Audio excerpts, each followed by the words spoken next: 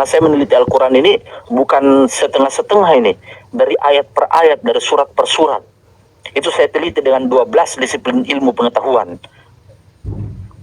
lengkap dengan metodologi tafsirnya. Ketika saya sampai kepada surat Ali Imran ayat 45 yang berbunyi Bismillahirrahmanirrahim. Wa idh qalatil malaikatu ya Maryam innallaha yubashshiruki bikalimatin minhu ismuhul masihu Isa bin Maryam. Perhatikan, ismuhul masihu Isa bin Maryam wajihan fid dunya wal akhirati wa minal muqarrabin. Al-Quran surat Ali Imran ayat 45 halaman sebelah kanan baris ketiga dari bawah. Banyak yang kira bahwa saya ini adalah orang yang sudah Kristen dari kecil, yang mempelajari Islamologi lalu menyesatkan orang. Enggak, saya Muslim dulunya. Dulu. Bukan sekarang, dulu. Saya santri. Sebagai bukti bahwa saya dulunya seorang Muslim, saya akan membacakan sebuah hadis rukun Islam dan rukun iman yang mana orang Muslim pun tidak hafal. Banyak yang nggak hafal, maaf. Suatu ketika Jibril datang menghadap kepada Rasulullah, ya Rasulullah, akhbirni anil Islam. Ajarkan kepadaku apa itu Islam. Maka Nabi mengatakan, al-Islamu an tashhadu an la ilaha illallah wa anna Muhammadar Rasulullah, iqamis salah wa ita'iz zakah, saumur ramadana hajjal baiti man istata'a ilaihi sabila. Ini hadis tentang rukun Islam.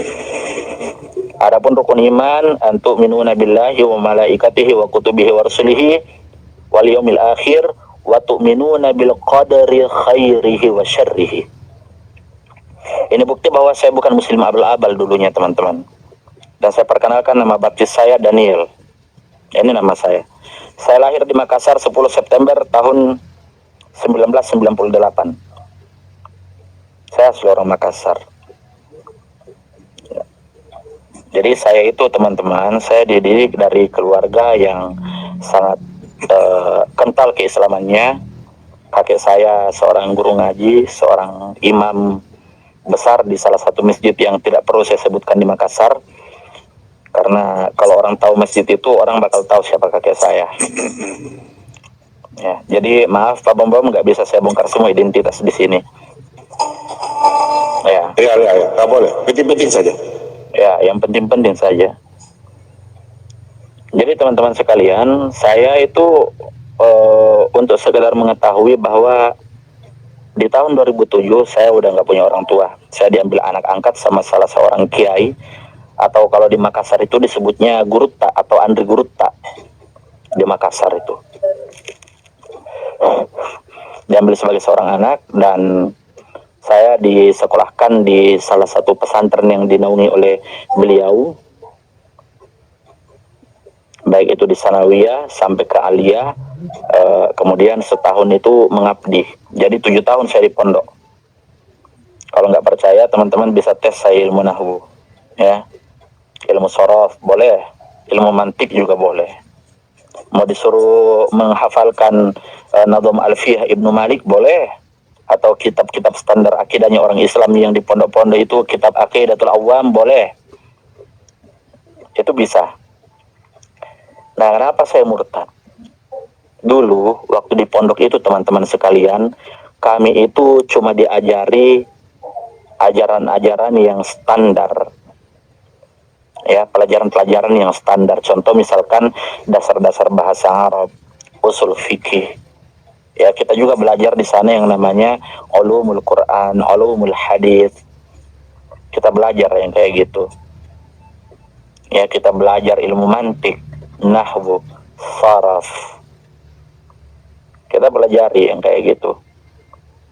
Cuman yang menjadi masalah kemudian adalah ketika di sebuah perpustakaan kita atau kami dilarang membaca kitab-kitab tertentu. Ya, contohnya misalkan kitab Qurratul Ayun, Fathul Izar, atau ada lagi kitab pertumpahan darah kaum muslimin setelah wafatnya Nabi, misalkan itu dibahas kayak di kitab Tarikh Madinatid Dimashqi, Siyar Alam An-Nubala yang ditulis oleh Az-Zahabi. atau kitab Ma'rifatis Sahabah. Kami belajar dulu yang kayak gitu, cuman ya itulah, ada beberapa halaman yang kita dilarang untuk membaca, dan katanya nanti baru kalian baca ketika kalian sudah melanjutkan pendidikan yang lebih tinggi. Walhasil sempat saya dapat beasiswa untuk melanjutkan kuliah di Kairo, Al-Azhar, Universitas Al-Azhar, Kairo, Mesir. Cuman ada beberapa persyaratan yang tidak bisa saya penuhi secara administratif karena ada konflik keluarga pada saat itu. Ya nggak jadi berangkat, dan saya melanjutkan pendidikan saya di salah satu kota yang pastinya bukan di Makassar, salah satu perguruan tinggi Islam. Saya Fakultas Usuluddin, jurusan ilmu hadis. Sampai sekarang saya masih kuliah, dan sekarang sudah semester akhir. Ya, saya nggak perlu sebutkan di mana kotanya dan apa kampusnya. Yang pasti saya sekarang Fakultas Usuluddin, saya lagi skripsi sekarang. Gitu teman-temannya. Oke, next, saya lanjut. Awal mula kecurigaan saya itu tentang membaca beberapa kitab yang dulunya saya nggak boleh baca. Ya, misalkan ada juga kitab yang boleh kita baca, tapi pada bab tertentu nggak boleh kita baca. Contoh misalkan kitab Sahih Muslim atau kitab Sahih Al-Bukhari. Kami diajarkan di pondok, tapi pada bab tertentu kami tidak boleh membaca atau tidak boleh diajarkan itu. Ada juga kitab syarah, teman-teman. Misalkan syarahnya Sahih Al-Bukhari itu yang paling terkenal atau yang paling mutabar atau yang paling otoritatif, ada namanya kitab Fathul Bari Bisyarhi Sahih Al-Bukhari. Jadi karena namanya kita di kampus ini namanya mahasiswa itu bebas keluar masuk perpustakaan, kita baca apa yang kita mau baca. Karena fakultas saya adalah Fakultas Usuluddin dan saya bergelut di bidang ilmu hadis, saya membaca tentunya kitab-kitab hadis, dan ada banyak. Jadi kitab-kitab hadis yang saya baca itu kitab yang gundul, bukan yang gondrong, bukan kitab terjemahan, teman-teman. Jadi saya nggak bisa ditipu kalau pakai terjemahan. Dan memang saya anti membaca terjemahan. Karena kalau kita berbicara terjemahan, kita banyak ditipu. Termasuk orang-orang Depak juga nggak becus dalam menerjemahkan Al-Quran. Makanya saya anti betul itu kalau bicara terjemahan. Jadi saya buka kitab-kitab aslinya, dan ternyata ada banyak riwayat yang saya temukan yang mengindikasikan bahwa, tapi saya belum mengklaim ya, saya bilang waktu itu, jangan-jangan apa yang saya yakini ini tidak benar. Saya memulai sebuah riset pada saat itu, tentunya berdasarkan disiplin ilmu yang saya pelajari. Misalkan ketika saya meneliti sanad hadis itu, ada yang namanya ilmu jarah wa ta'dil. Ya, ternyata jarah wa ta'dil juga itu punya banyak kelemahan, ilmu jarh wa ta'dil itu. Karena kualitas perawi hadis itu bisa ditetapkan sebagai perawi yang siqah atau tidak siqah, yang adil atau tidak adil, kadang-kadang bukan dinilai secara objektif, tapi berdasarkan tendensi. Kadang beda mazhab dikit, langsung ini tidak siqah ini perawinya, ini nggak bisa dipercaya, ini batil. Kadang-kadang kayak gitu, teman-teman. Disitulah saya kembangkan penelitian saya. Akhirnya saya keluar dari beberapa metodologi yang selama ini saya anggap sebagai sebuah doktrin seperti ilmu jarh wa ta'dil. Saya menggunakan metodologi penelitian barat untuk melacak sejarah. Ada yang namanya historiografi. Nah, jadi semua disiplin ilmu ini saya gabungkan metodologi penelitiannya Timur Tengah dengan metodologi penelitian Barat, bahkan metode-metode yang sering digunakan oleh kesarjanaan Muslim Barat itu juga saya gunakan, dan walhasil semua itu mengantarkan saya untuk menjadi seorang yang murtad secara sukarela.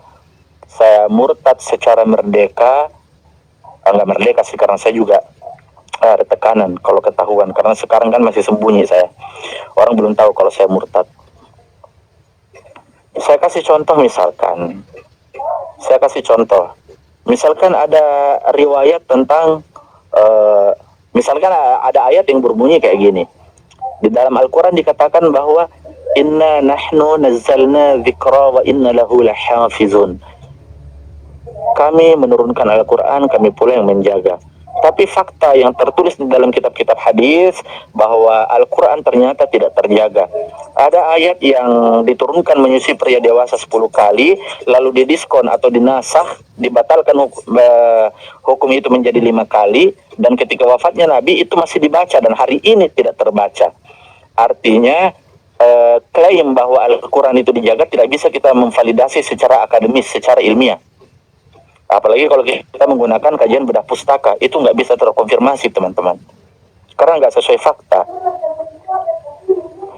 Itu satu.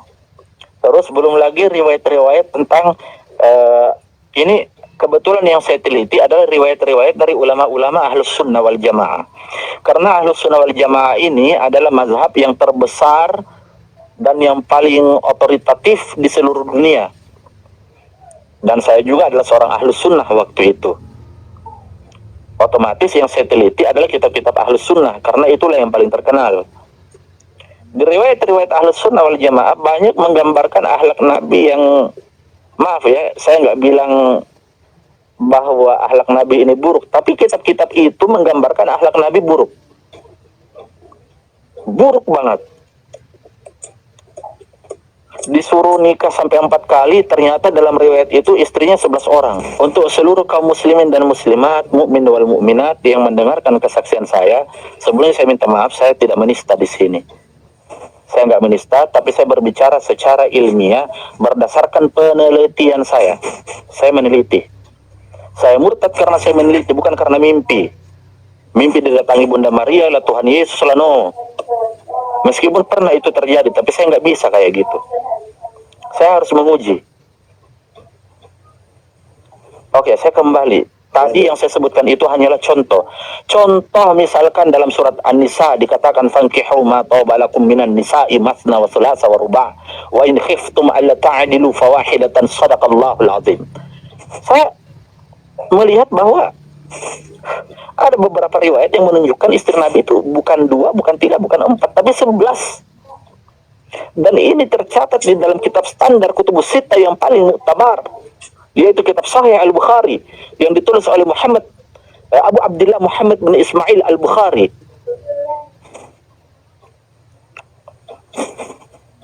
Ini enggak logik.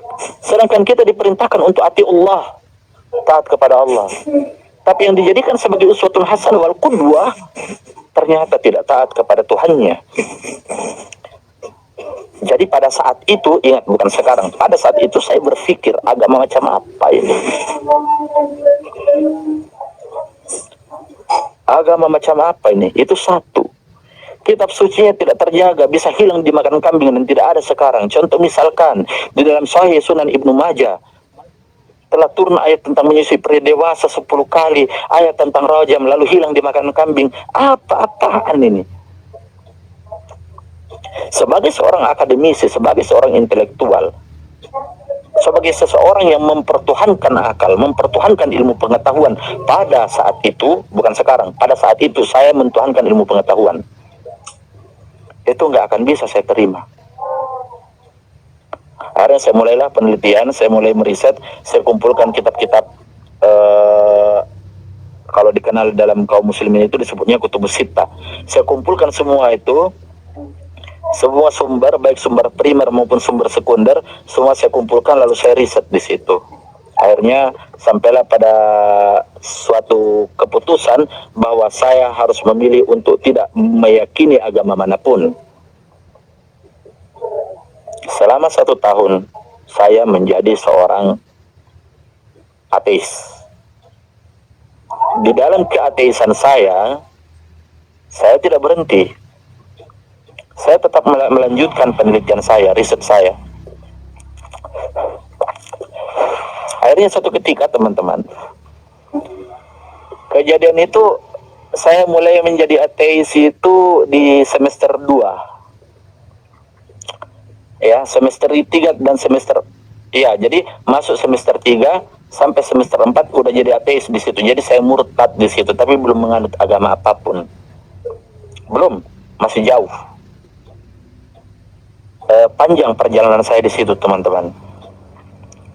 Ya, akhirnya saya didatangi oleh orang yang dekat banget sama saya, bukan pacar ya, karena laki-laki. Dekat banget sama saya. Dia suruh saya untuk kembali meriset agar kembali kepada Al-Quran. Ya, kembali kepada Al-Quran. Baik, saya kembali meriset Al-Quran.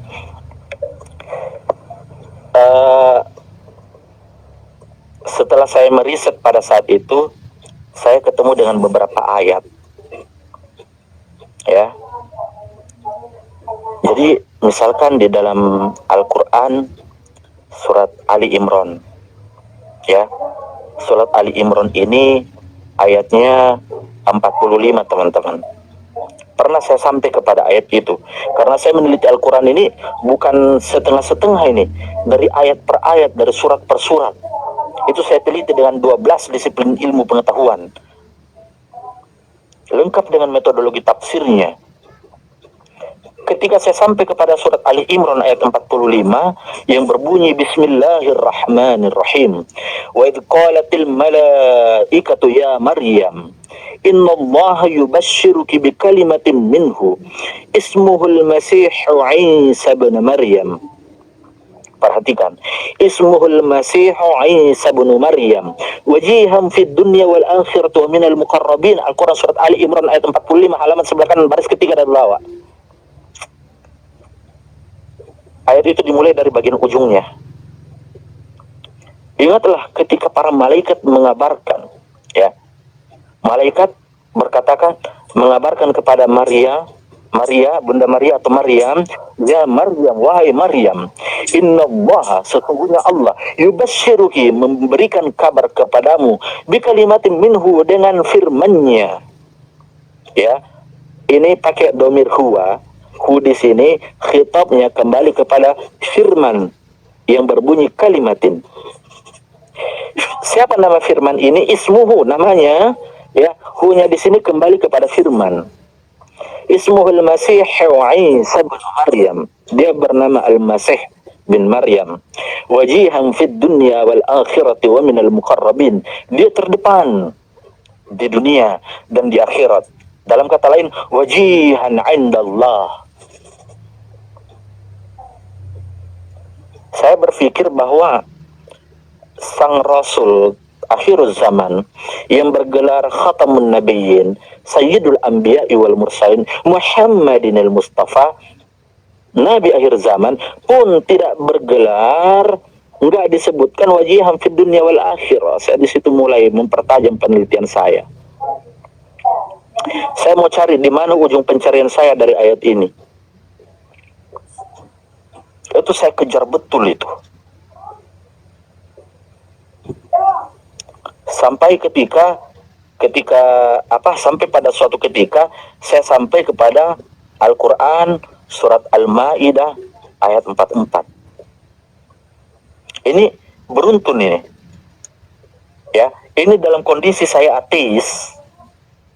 Saya berdoa, Tuhan, kalau memang kau ada, tunjukkan siapa kamu. Tapi tunjukkan jangan dalam keadaan halu. Saya nggak mau kau nongol dalam mimpi. Saya mau kau nongol secara Amin. Amin, amin. Saya bilang gitu sama Tuhan. Tuhan, kalau memang kamu ada, tunjukkan siapa kau. Tapi jangan muncul dalam mimpi. Karena kalau kau muncul dalam mimpi, saya tuduh kau sebagai setan. Meskipun kau mengaku sebagai Allah, kau mengaku sebagai Muhammad, kau mengaku sebagai Tuhan Yesus, sebagai Buddha, sebagai Bunda Maria, kau datang sebagai Siddhartha Gautama, akan saya teriaki kau setan kalau kau datang dalam mimpi. Jangan kau datang dalam mimpi. Kau muncul dalam wujud interpretasi tafsir, muncullah dalam wujud interpretasi penelitian, muncullah secara ilmiah. Itu doa saya kepada Tuhan. Akhirnya saya sampai kepada Al-Quran surat Al-Maidah ayat 44. Bismillahirrahmanirrahim. Inna anzalnahu at-taurata fiha hudaw wa nur.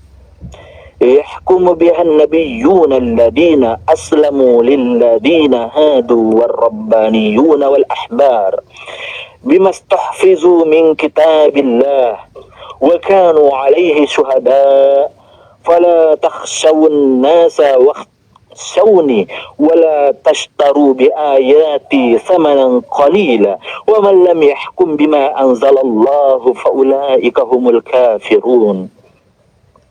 Sungguh kami yang menurunkan perjanjian lama, yaitu Taurat. Taurat di sini yang ditulis, ya. Tapi Taurat itu kan perjanjian lama. Jadi saya menginterpretasikan sebagai perjanjian lama. Inna anzalnahu Taurat, Taurat bermakna perjanjian lama. Ya. Itu. Fiha, kepadanya hudaw wa nur, terdapat petunjuk dan cahaya. Yahkumu bihan nabiyyuna alladhina aslamu lilladhina hadu warrabbaniyuna wal ahbar. Ya, yang dengan kitab itu para nabi pada saat itu di masa perjanjian lama berserah diri kepada Allah, memberi putusan atas perkara orang Yahudi, demikian juga para rabi Yahudi dan para pendeta mereka. Perhatikan, kenapa para rabi dan para pendeta? Bimastahfizu min kitabillah wa kanu alaihi syuhada. Karena mereka para rabi, karena mereka para pendeta, ingat bukan ustadz, bukan kiai. Para rabi, para pendeta diperintahkan untuk menjaga kitab Allah, dan dengan kitab-kitab itu para pendeta akan bersaksi. Catat ayatnya. Ini sebagai pelajaran juga buat teman-teman.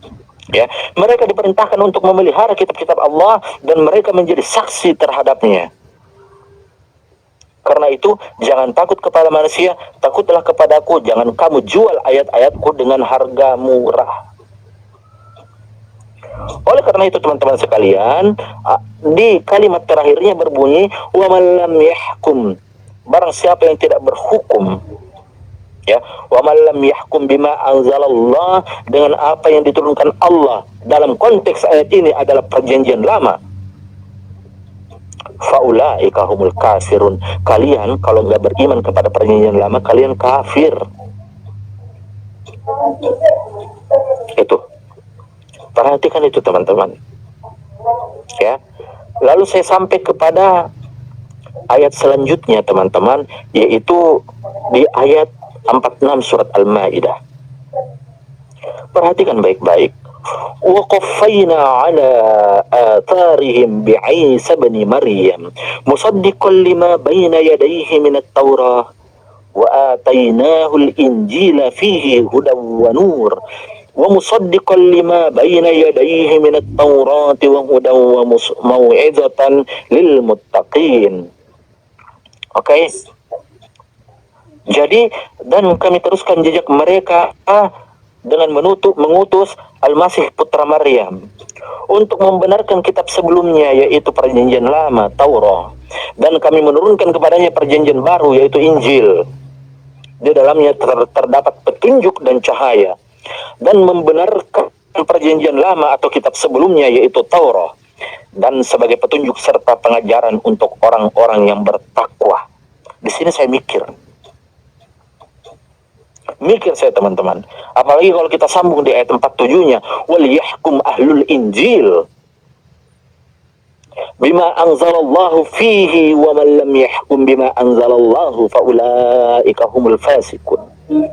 Dan hendaklah pengikut Injil memutuskan perkara menurut apa yang diturunkan Allah di dalamnya. Barang siapa yang tidak memutuskan perkara menurut Injil atau apa yang diturunkan Allah dalam konteks ayat ini adalah Injil, maka mereka itulah orang-orang fasik. Di sini saya mulai melanjutkan penelitian saya. Akhirnya panjang kali lebar, nggak mungkin semua riset saya paparkan di sini, karena itu nggak mungkin, panjang banget. Belum ulumul Qur'annya, belum ulumul hadisnya, belum ijma dan kiasnya para ulama. Ya, nggak mungkin saya paparkan di sini. Saya persingkat, walhasil saya dibaptis dengan nama baptis saya Daniel. Haleluya, haleluya. tahun yang lalu. Dan saya tidak akan menyebutkan di mana saya dibaptis dan siapa yang membaptis saya. Nggak usah, jangan. Lanjut. Ya. Cukup teman-teman tahu saya Daniel. Ya. Amin. Akhirnya ketika saya dibaptis, saya menyembunyikan keimanan saya di tengah komunitas karena saya tinggal di asrama. Saya punya beasiswa pada saat itu. Akhirnya ada satu kondisi di dalam ilmu psikologi agama itu di mana ketika seseorang baru menemukan sebuah suatu entitas yang dianggap bahwa itu adalah sebuah kebenaran mutlak, kadang-kadang jiwanya itu nggak tenang. Dan saya membuat sebuah tulisan, diterbitkan di dalam jurnal kampus, dan ketika tulisan saya terbit, diputus beasiswa saya sampai hari ini. Sampai hari ini beasiswa saya diputus. Tanpa mereka mengetahui kalau saya murtad, tapi mereka curiga bahwa saya sudah murtad. Saya tinggal di sebuah asrama tahfiz, dan saya nggak mau sebutkan itu di mana. Dan saya tidak mau tempat tinggal saya pun diputus. Ya namanya juga kita kuliah sendiri ya, nggak dibantu sama orang tua karena namanya orang tua nggak ada. Jadi saya nggak mau tempat tinggal gratis saya hilang. Cukuplah beasiswa saya yang hilang. Dan yang terjadi sama saya sampai hari ini, kalau saya mau pergi gereja, saya alasan untuk pergi jogging, pakai celana training, saya singgah di gereja di mana yang saya bisa singgah. Itu yang terjadi sama saya sekarang. Amin. Haleluya. Amin. Amin. Amin. Itu yang terjadi. Dan kadang saya jujur, saya bukan Kristen yang baik. Karena nggak setiap hari Minggu saya pergi ke gereja. Saya ke gereja kalau sanggup. Kalau nggak sanggup ya sudah saya tidur karena sesuatu dan lain hal, karena kondisi yang tidak memungkinkan untuk saya bertemu Tuhan di dalam bait Allah, di dalam rumahnya, di dalam gereja. Seperti itu mungkin. Itu kesaksian singkat saya. Yang pasti saya murtad secara ilmiah, bukan karena halu, bukan lewat mimpi, bukan, no. Dan bukan karena perkawinan atau jatuh cinta kepada perempuan, no. Terlalu murah keimanan kalau kita pindah keyakinan gara-gara lawan jenis. Terlalu murah keimanan kita ketika keimanan kita tukar dengan kemaluan perempuan atau kemaluan laki-laki. Wah, murah teman-teman. Kalian kalau ada yang mau mualaflah secara ilmiah, dan kalian yang mau murtad secara ilmiah, jangan karena selangkangan. Ya, karena banyak Pak Bom. Ini realitas yang terjadi. Amin, betul. Lalu dia membuat kesaksian bohong, ketemu Muhammad lah, ketemu inilah, itulah. Hai, saya yang pernah ketemu yang namanya Nabi Muhammad dalam mimpi, saya yang pernah ketemu dengan namanya Tuhan Yesus dalam mimpi, belum tentu saya mau bersaksi di depan umum. Karena saya akademisi, saya mahasiswa. Apalagi sekarang mahasiswa semester akhir. Saya lagi menyusun skripsi. Saya lah mahasiswa yang dipersulit skripsinya sampai hari ini. Karena diindikasi bahwa saya murtad, meskipun mereka belum punya bukti bahwa saya murtad. Hanya karena saya cari tulisan saya yang muncul di jurnal kampus yang mengkritisi Al-Quran dan hadis, beasiswaku diputus dan saya dicurigai murtad. Padahal memang saya murtad sih sebenarnya.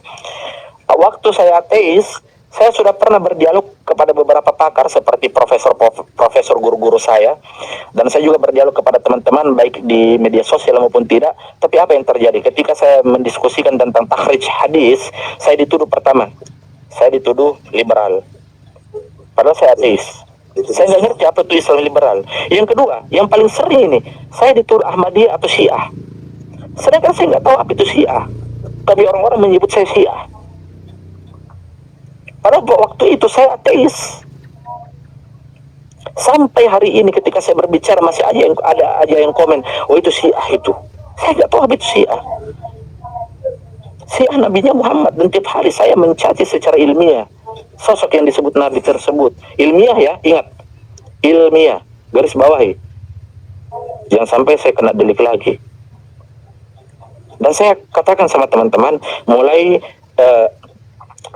dari mimbar channel yang diberkati Tuhan ini, dari mimbar TikTok yang diberkahi oleh Tuhan ini, saya katakan kepada teman-teman semua, saya siap untuk kembali menjadi mu'alaf.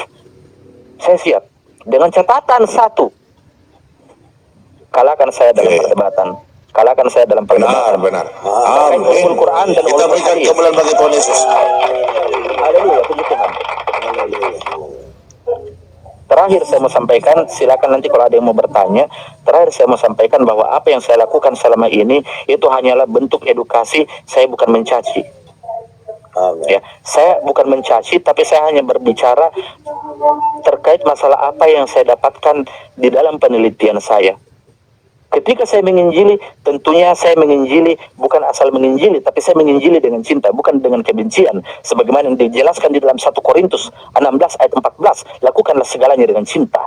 Amin. Seperti itu teman-teman. Amin. Di dalam 1 Korintus 13 ayat 8, kasih tidak berkesudahan, nubuat akan berakhir, bahasa roh akan berhenti, pengetahuan akan tetap lenyap. Haleluya, amin. Amin. Jadi seperti itu teman-teman. Jadi ini kesaksian singkat saya, dan saya minta maaf ketika ada teman-teman yang berharap bahwa saya memberikan kesaksian bermimpi dengan Bunda Maria atau Tuhan Yesus. Maaf, mimpi-mimpi seperti itu tidak akan saya ceritakan di depan umum, karena tidak ada satupun alat untuk memvalidasi secara ilmiah dan secara akademis. Terima kasih. Shalom. Shalom. Assalamualaikum. Yesus. Amin.